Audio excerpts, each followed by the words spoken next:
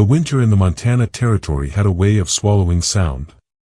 It pressed against the pines, filled the long river valleys, and settled over the land like a heavy white blanket no hand could lift.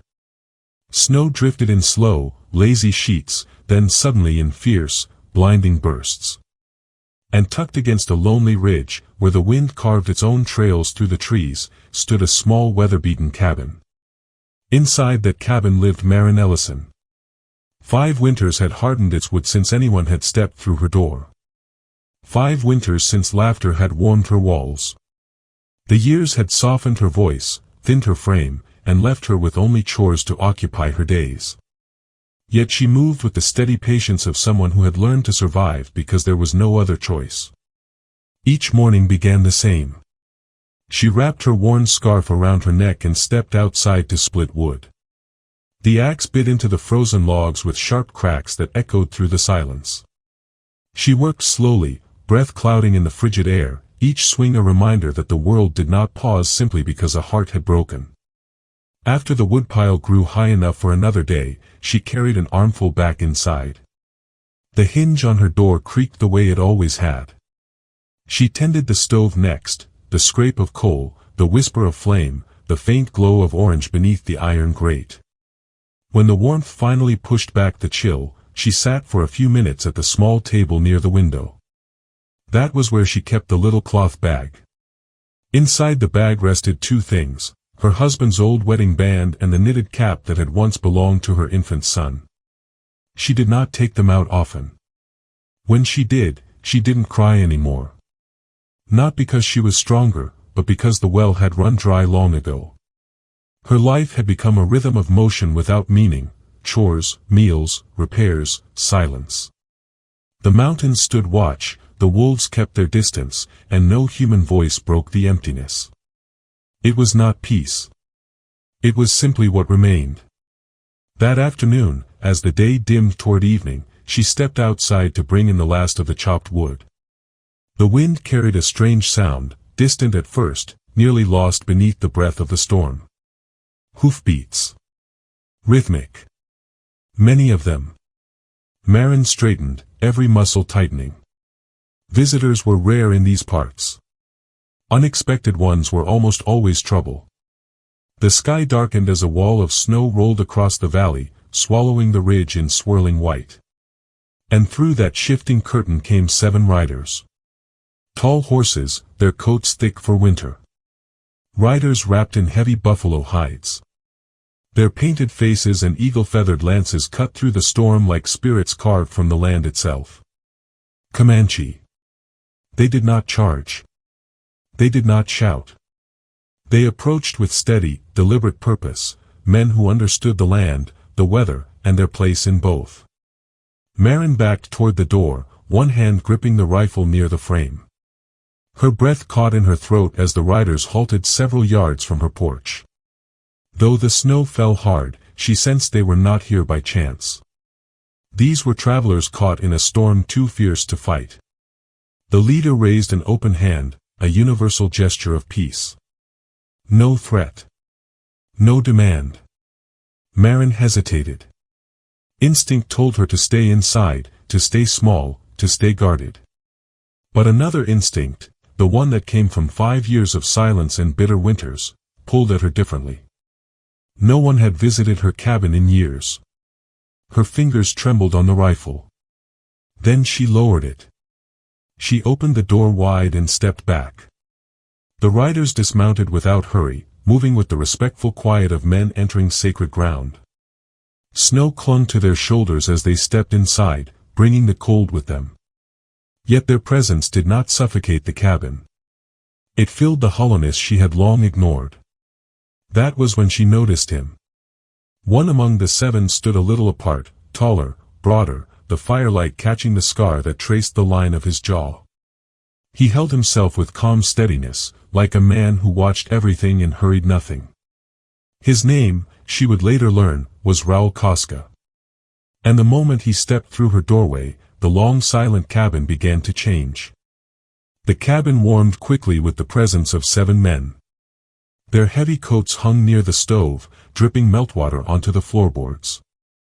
The room filled with the soft murmurs of a language Marin had heard before but never closely enough to understand. Yet nothing about their presence felt threatening. If anything, the silence they kept with her was gentle, like stepping into someone else's grief and choosing not to disturb it. Marin kept her hands busy to steady her nerves. She stirred the pot on the stove, added more potatoes, and reached for the venison she had dried 2 weeks earlier. The scent of the stew began to drift through the room, warm and familiar. The riders watched her work, respectful, waiting without impatience. When she lifted the heavy pot to ladle stew into wooden bowls, a shadow moved beside her. A hand, rough, calloused, steady, took the pot from her and carried it to the table with quiet ease. Raul Casca didn't speak, he simply helped, as if it were the most natural thing in the world. Marin froze for a moment, thrown by the unexpected gentleness. Then she followed him to the table. The men ate with soft grunts of appreciation, dipping bread into the broth, nodding to her in gratitude. Raul waited until everyone else had taken their share before sitting, lifting his bowl with calm, deliberate movements. He never lingered on her face, never stared too long, yet Marin felt his awareness like a warm ember in the cold. After the meal, one of the younger riders noticed the broken hinge on her window shutter. Without asking, he retrieved his tools from a saddlebag outside and began repairing it.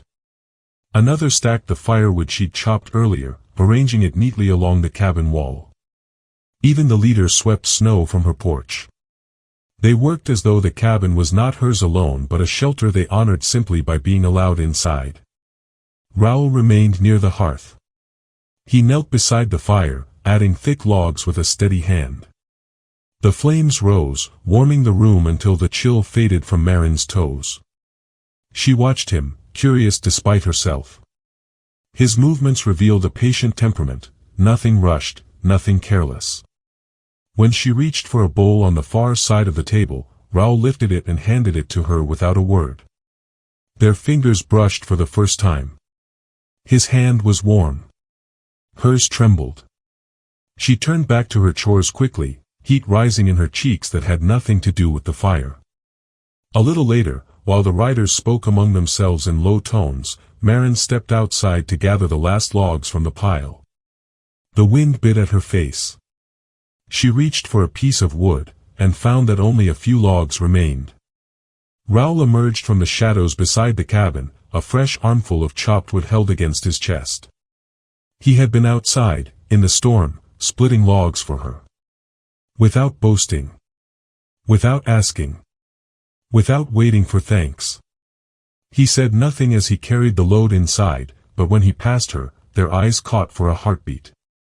There was a depth in his gaze, not hunger, not claim, but understanding. He recognized the weight she carried. He had seen grief before. The kind that hollowed a soul. Inside, the room glowed with firelight again. The other riders were finishing their tasks, preparing for sleep. And there, near her table, sat something new. A small carved wolf. Its form was rough but skillfully shaped from the scrap wood he must have found near her stove. The grain of the wood followed the wolf's stance, standing alert, head slightly lifted, as though smelling the wind. Marin lifted it gently. The edges were smooth where his knife had shaped them. It was a strange gift from a stranger. Quiet. Symbolic. Something she didn't quite understand. She looked toward Raul. He wasn't watching her. He was repairing a crack in her doorframe, focused on his work with that same calm patience. But she knew he'd carved it for her. The realization filled her with a warmth so unfamiliar she barely recognized it. For the first time in 5 years, something stirred beneath the layers of frost around her heart. Something small. Something hopeful. And it terrified her. Yet as she watched Raul move through her cabin, steady, silent, unassuming, she could not shake the feeling that the storm had brought more than shelter seekers to her door. It had brought change. And it had begun with a carved wooden wolf. By morning, the storm had loosened its grip on the valley. The wind still whispered through the pines, but the rage of the night before had softened into a drifting calm. Snow piled high against the cabin walls, blanketing the world in a quiet so pure it felt almost sacred. Marin opened the door cautiously, letting the pale light spill into the room. The riders stirred awake, stretching stiff limbs and checking their gear. They moved with purpose, practiced and unhurried, like men accustomed to hard travel and harder seasons. One by one, they stepped outside to ready their horses. All except Raoul. The others saddled up, fastened their packs, and tied their blankets. The storm had broken, the world was passable again. 6 riders were prepared to continue their journey. Raoul remained seated by the fire, sharpening his knife with slow, controlled strokes. The soft scrape of metal on stone filled the cabin, steady as a heartbeat. Marin noticed it before she understood it. He was not preparing to leave. He didn't look at her. He didn't look at the door. He simply stayed where he was, spine straight, posture relaxed, as though the seat by her fire had always belonged to him. Outside, the leader of the riders approached the doorway. He exchanged a glance with Raoul, a silent conversation passing between them. Then he nodded once, accepting whatever choice had been made. The 6 riders mounted their horses. With a final respectful tilt of the head toward Marin, they rode out into the snow, disappearing between the long black trunks of the pines. Their hoofbeats faded. Still, Raoul did not move. Marin stood beside the table, hands resting lightly on the back of a chair. She waited for him to rise, to gather his things, to follow the others. But he simply continued sharpening the blade, each motion calm, deliberate as though the world outside no longer required him. There was a strange pull in the moment, a silence filled not with emptiness but with choice. "You're staying?" she asked finally, her voice low, unsure. Raoul paused the blade for only a second. Then he resumed the smooth strokes. He didn't speak, but he didn't need to. The truth hung between them like the warming air above the fire. He had chosen to stay. Marin turned away, uncertain how to feel. It had been years since anyone remained in her world longer than a meal or a passing greeting. The space inside her chest tightened with something she couldn't name, fear, maybe, but also a fragile thread of relief. The days that followed settled into a new rhythm she had not expected. Raoul hunted before dawn, leaving quiet footprints in the newly fallen snow. He returned with fresh game, rabbits, sometimes deer, placing them on the table with no demand for praise. He cleaned and prepared the meat himself, as though sharing her food stores was a burden he refused to give her. He repaired her fences, too.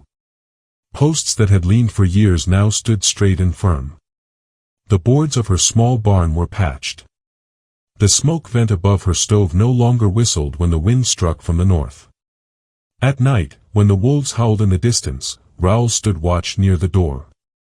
Not restless. Not tense. Simply present, solid as the timber beams overhead. Marin found herself watching him more often than she cared to admit. The scar along his jaw caught the firelight. His quiet steps carried no arrogance. His presence filled the cabin without overwhelming it. And something inside her began to shift. One evening, she stood near the small, cracked mirror hanging by the bed. Her hands hesitated before lifting to her hair. It had been years since she'd worn it loose. But she let it fall anyway. The strands brushed her shoulders, unfamiliar, almost startling. She caught her reflection and barely recognized the woman staring back. Not because she had changed, but because she suddenly wondered whether she could. When she turned, Raoul was at the table, oiling the handle of his knife. He glanced up once. His gaze was steady, calm, neither possessive nor probing. But there was something there. A quiet recognition. A seeing. Heat rose in her cheeks. She busied herself with the kettle, pretending not to notice him noticing. Yet something had undeniably shifted. The storm had taken many things from her over the years, family, safety, hope. But this time, it had carried something unexpected to her door. A man who chose to stay. A choice she had not asked for. A choice she was no longer sure she wanted to question. And as the fire crackled between them, warm against the long winter outside, the lonely cabin no longer felt quite so lonely. The days slipped by in a quiet pattern, the kind that almost made Maren forget what true danger felt like. Winter settled deeper across the valley, laying white over the world in soft waves, muffling sound and hiding tracks. Inside the cabin, warmth lived again. Raoul's steady presence filled the rooms with something she could not name, safety, perhaps, or simply the unfamiliar comfort of not being alone. But the land had its own ways of reminding a person that peace was borrowed, never promised. It began with a single set of footprints near her barn. Maren found them early one morning as she walked out with a pail to check the henhouse. They weren't Raoul's. These prints were wider, heavier, and made by boots that did not belong to any Comanche rider. They circled the barn twice before leading away into the thick trees. Her breath misted in the cold as she knelt to examine them, her heart beating uncomfortably fast. Someone had been watching her place. Someone bold enough to come close. Raoul appeared at her side without a sound. He crouched to study the tracks, his expression unreadable, his hand brushing lightly across the disturbed snow. He didn't ask questions. He didn't need to. He rose slowly, his eyes lifting toward the dark line of pines beyond the clearing. A cold wind slipped between the trees, carrying a warning Maren didn't understand. Raoul seemed to, though. His jaw tightened, and he scanned the ridge for several long seconds before turning back toward the cabin. That afternoon, tools went missing from beside the shed, her spare hatchet, a rope, and the long-handled shovel she used to clear snow. Maren had never been careless. She knew exactly where she'd left them. Tracks again. 3 sets this time. Raoul examined them silently. His gaze sharpened in a way she had not seen before, no longer simply observant, but calculating. Protective. He followed the prints to the edge of the trees, then stopped, head tilted as though listening to something she couldn't hear. Snowflakes drifted lightly around him, settling in his hair, clinging to the shoulders of his coat. He didn't move for a long moment. Then he turned back, expression firm. That evening, Raoul fortified the cabin door. He reinforced the hinges with iron strips he scavenged from old tools, wedged a thick beam beneath the latch, and repaired a weak spot in the lower panel she hadn't even noticed. He worked with quiet efficiency, not wasting emotion. The sound of the hammer echoed in the dimming light. When he was done with the door, he moved outside, placing thin lines of twine, trip lines, around the perimeter of the cabin. Hardly visible unless someone knew where to look. Maren watched through the window, a chill sliding through her despite the fire behind her back. Something was coming. Something that had found her land, and was circling it like a wolf testing a weakened deer. That night, they sat across from each other in the glow of the fire. The crackle of burning wood filled the silence between them. Their bond, once tentative, now grew heavier, stronger, forged by unease and unspoken understanding. Raoul lifted his blade and began sharpening it again, the rhythmic scrape of steel on stone filling the cabin. Maren's eyes drifted to his hands, steady, practiced. Hands that had hunted for her, repaired her home, and offered quiet gifts carved from wood. Hands that are now prepared for something else entirely. She felt a knot tighten in her chest. "Do you think," she began, then swallowed. "Do you think they'll return?" Raoul paused. The firelight flickered across his face, tracing the scar on his jaw. He looked at her then, not just glance, but truly looked. His voice, when it came, was low. "Men who want what is not theirs always return." The word settled in the cabin like falling ash. Maren stared into the fire, feeling a mix of dread and something else, something that made her pulse quicken. Because even in the rising tension, even in the fear she did not want to face, she felt less alone than she had in years. Raoul had seen the danger first. He had moved to protect her without asking permission. And each night after that, when the wolves howled in the distance, she found her eyes drifting toward him, not with fear, but with a growing trust she was almost afraid to acknowledge. Their bond deepened in the quiet, in the weight of shared glances, in fingers brushing when she passed him a bowl or handed him the lamp. Small moments, but enough to start unraveling the walls she had sworn to keep standing forever.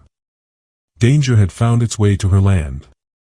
But so had something else, something far harder for her heart to push away. The following morning brought no snowfall, only a brittle stillness that stretched across the valley like drawn wire. The world outside was too quiet, no bird call, no shifting wind, just the hush of a land holding its breath. Marin stepped onto the porch with a bucket for water, but paused when she saw Raoul already standing near the edge of the clearing. He wasn't chopping wood. He wasn't checking traps. He was watching the tree line.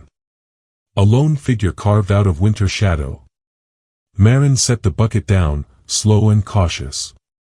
"Raoul?" she asked softly. He didn't turn. His dark eyes tracked the woods with the intensity of a man reading signs that were invisible to anyone else. After a long moment, he spoke. "Men are coming." The words were quiet, but they cut through the cold like a blade. Marin's breath caught. She wrapped her arms around herself against a sudden chill that had nothing to do with the weather. You saw them." "I saw what they left," he replied. "Tracks broken pine. The way the snow was disturbed behind the ridge." He exhaled steadily. "They watch. They wait." Her heartbeat stuttered. "Why my land?" she whispered. Raoul finally turned to face her. The fire in his eyes wasn't angry. It wasn't even startled. It was the calm readiness of someone who had lived too long on the edge of danger to fear its arrival. "Because it is alone," he answered quietly. "Because a woman lives here without protection."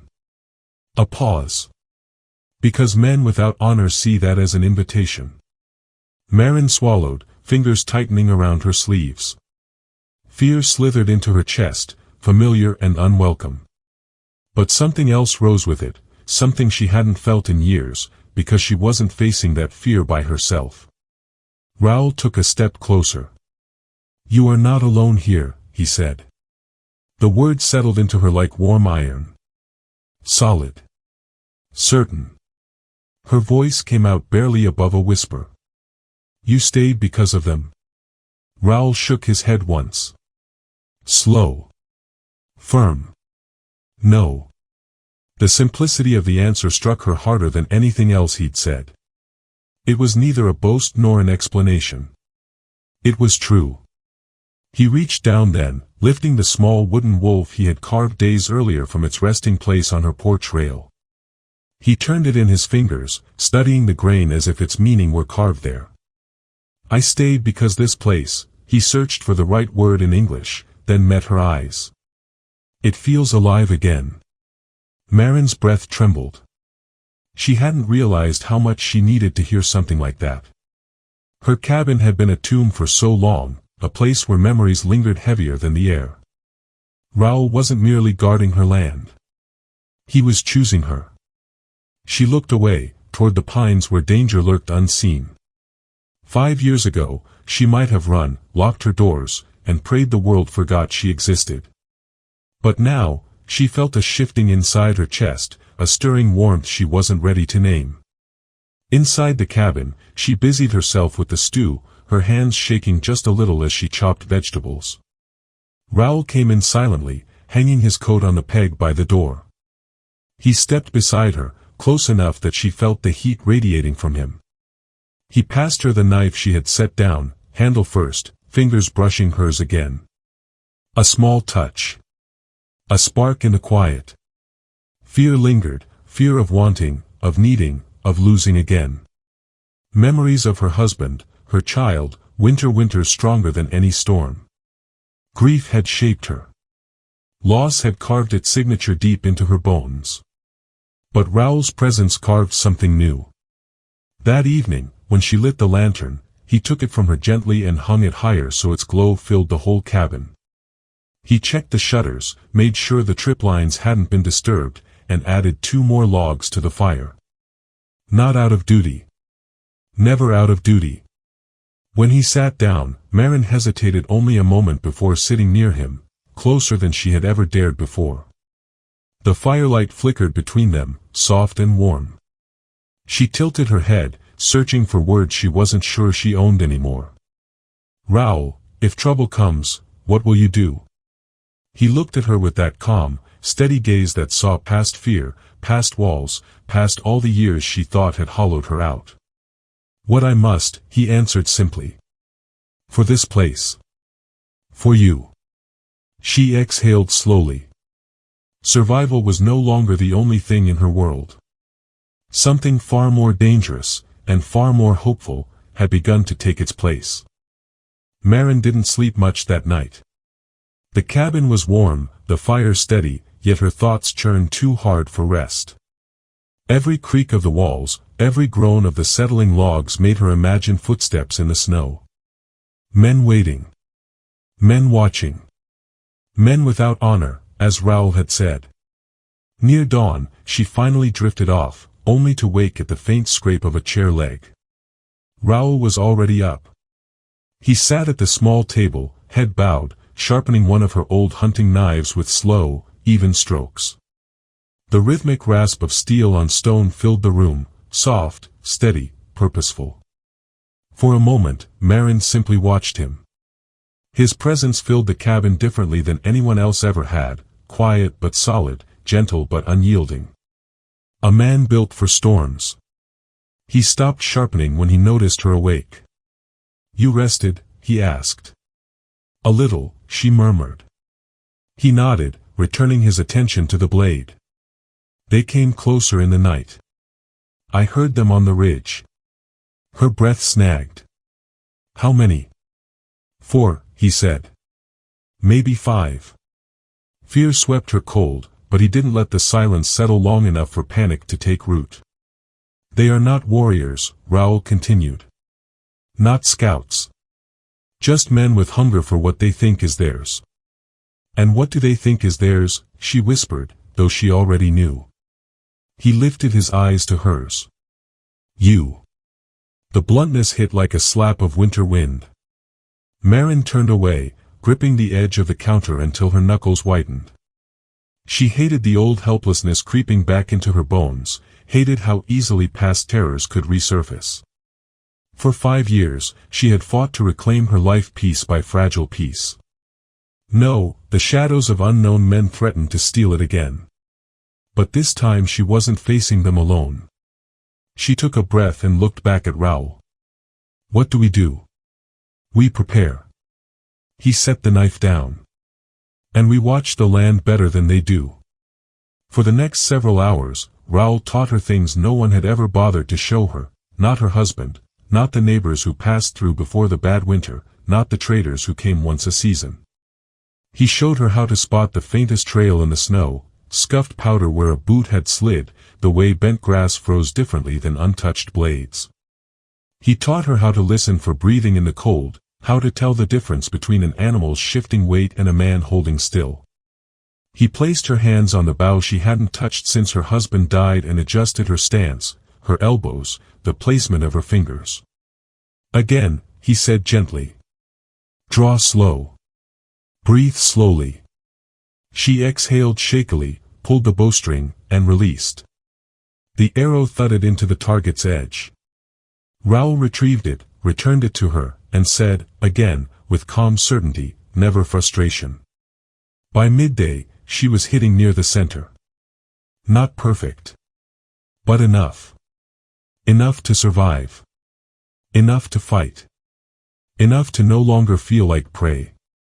When they returned to the cabin, Marin noticed something on the porch she hadn't seen before, a second carved wooden figure. Another wolf, smaller than the first, its head slightly turned as if looking back toward the first one. Her heartbeat softened. "You made this?" Raoul nodded. "For the two in this place." The meaning landed squarely in the hollow of her chest. She lifted the figure with careful fingers, as if it were something fragile and precious. "Thank you," she whispered.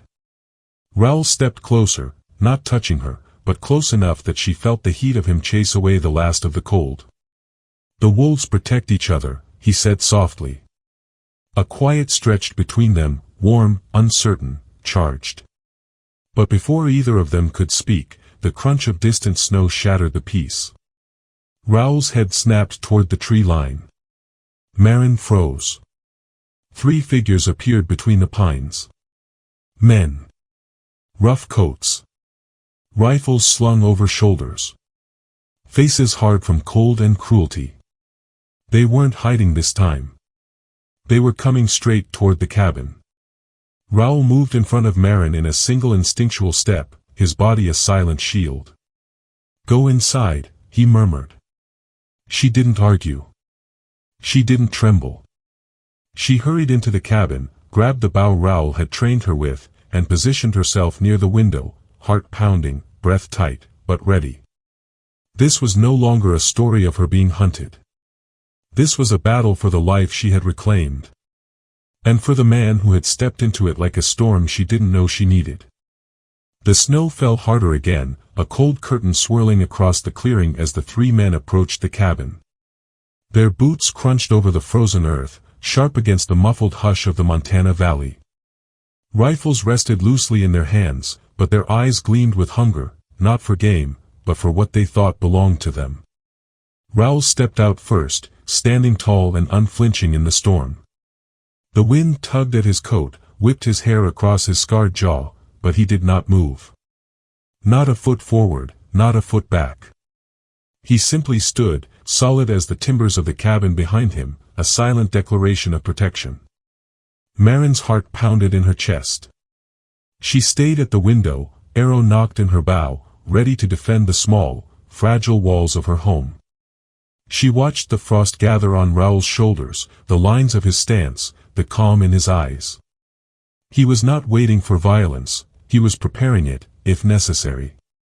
The leader of the trespassers stopped a few yards from Raoul, sneering through the storm. "This place belongs to us now," he called. "Hand it over, woman, or you'll wish you had." Raoul didn't flinch. The only sound was the scraping of the wind and the soft rasp of the falling snow. Then, quietly, he spoke, voice low, carrying just far enough to reach them.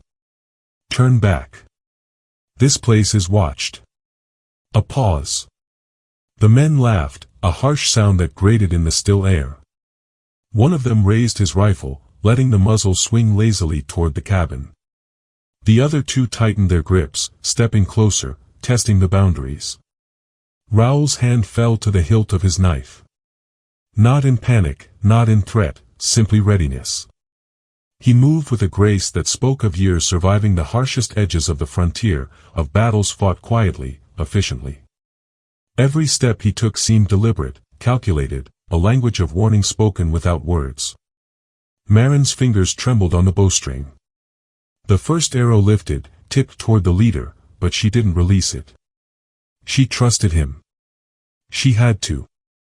The leader laughed again, then noticed the carved wooden wolves in the cabin's window, symbols, perhaps, of ownership, of presence. And then, finally, they saw Raoul's eyes. Steady. Cold. Unyielding. "You don't understand," the leader hissed. "There's nothing here but a woman's cabin, no law, no help." Raoul stepped a fraction closer. His voice, calm and low, carried a weight that made the men pause. "This is not yours. And I will not ask again." The snow swirled thickly around them, wind slicing across the open clearing, and for a heartbeat, the 3 men considered him. A man alone, seemingly small against the vastness of Montana, yet impossible to ignore.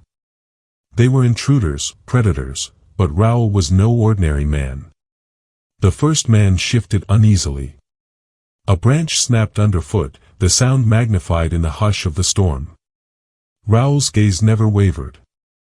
"Back," he repeated, voice firmer. "Leave before it ends badly." The leader spat in the snow, fists tightening, but the resolve in Raoul's eyes, coupled with the way he held himself, relaxed yet unyielding, told them this was not a bluff. He was not only guarding the cabin, but he was guarding her. The men glanced at one another, uncertainty flickering in their eyes. The wind rose, snow blowing like a veil between them and the frontier behind. They took a step back. Then another. Finally, they turned, reluctant, frustrated, but knowing the risk they faced was greater than their greed. They melted into the white, disappearing toward the tree line, leaving silence, snowfall, and the unbroken boundary of the cabin. Raoul exhaled softly, gloved hand resting briefly on the hilt of his knife before letting it fall to his side. His eyes swept over the cabin, checking the perimeter once more. Then, without a word, he returned inside.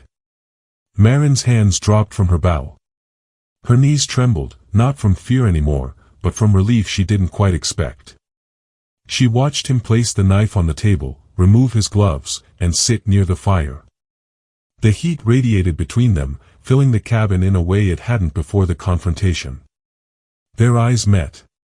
Neither spoke. Neither needed to. The wolves, the carved ones, caught the firelight, shadows dancing across their rough-hewn faces. Symbols of protection, of connection, of the fragile trust that had been built in the span of a storm and a few days. And as the snow continued to fall outside, Marin realized, with a tremble of wonder and disbelief, that she had survived more than the storm. More than fear.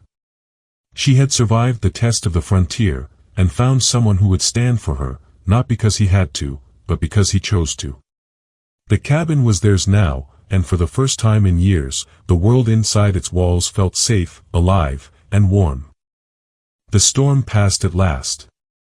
The snow lay deep and unbroken across the valley, softening the harsh lines of the land.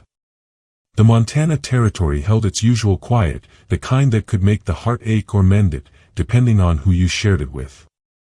Inside the cabin, warmth lingered like a promise, the fire glowing steadily against the long shadows of the evening. Marin sat near the hearth, the carved wooden wolves resting on the windowsill, catching the flicker of the flames. Her hands rested on her knees, relaxed for the first time in years. Her heart was still, steady in a way that felt strange and precious. She glanced toward Raoul, who was tending the fire, his silhouette solid and calm, the weight of his presence easing into the room as naturally as the sunlight through the frost-covered window. He didn't speak, didn't need to. Their silence carried all the meaning that words could not. Every glance, every small movement, had built a bond stronger than the harsh winters, stronger than loneliness. He had chosen to stay. Not because duty demanded it. Not because of obligation. But because she had become more than a cabin to him. She had become a place worth protecting. A life worth sharing. Marin leaned back, letting her eyes close for a moment. She thought of the first night the 7 Comanche had arrived, how terrified and unsure she had been. The chaos of the storm, the uncertainty of strangers, the loneliness that had swallowed years of her life, all of it had led her here, to this quiet warmth, to this sense of belonging she hadn't dared hope for. Raoul glanced at her then, his eyes softening, though the scar across his jaw still lent him an air of strength and vigilance. He moved closer, seating himself beside her, careful not to crowd her space but close enough that she felt his presence in the hollow of her chest. She looked up, meeting his steady gaze. Fingers brushed, tentatively, gently, across the curve of the other's hand. Neither pulled away. The connection was silent, wordless, but absolute. A promise formed in the space between them, as solid as the logs beneath their feet. Marin reached for the smaller carved wolf, lifting it and placing it near the first one on the hearth. They seemed to watch over the cabin together, guardians of a fragile peace. She realized, with a warmth that spread slowly through her chest, that the cabin was no longer a refuge from the world.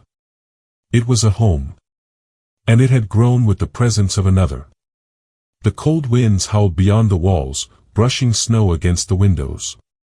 But inside, the air was gentle, soft, alive. Marin felt a stirring she had long thought dead, hope. A sense of life beginning again, fragile but undeniable. Raoul had become more than protection. He had become a companion, a witness to the woman she had survived 5 long winters to become. She stood then, moving toward the window, brushing the frost from the glass. The valley stretched beyond, pristine, white, endless.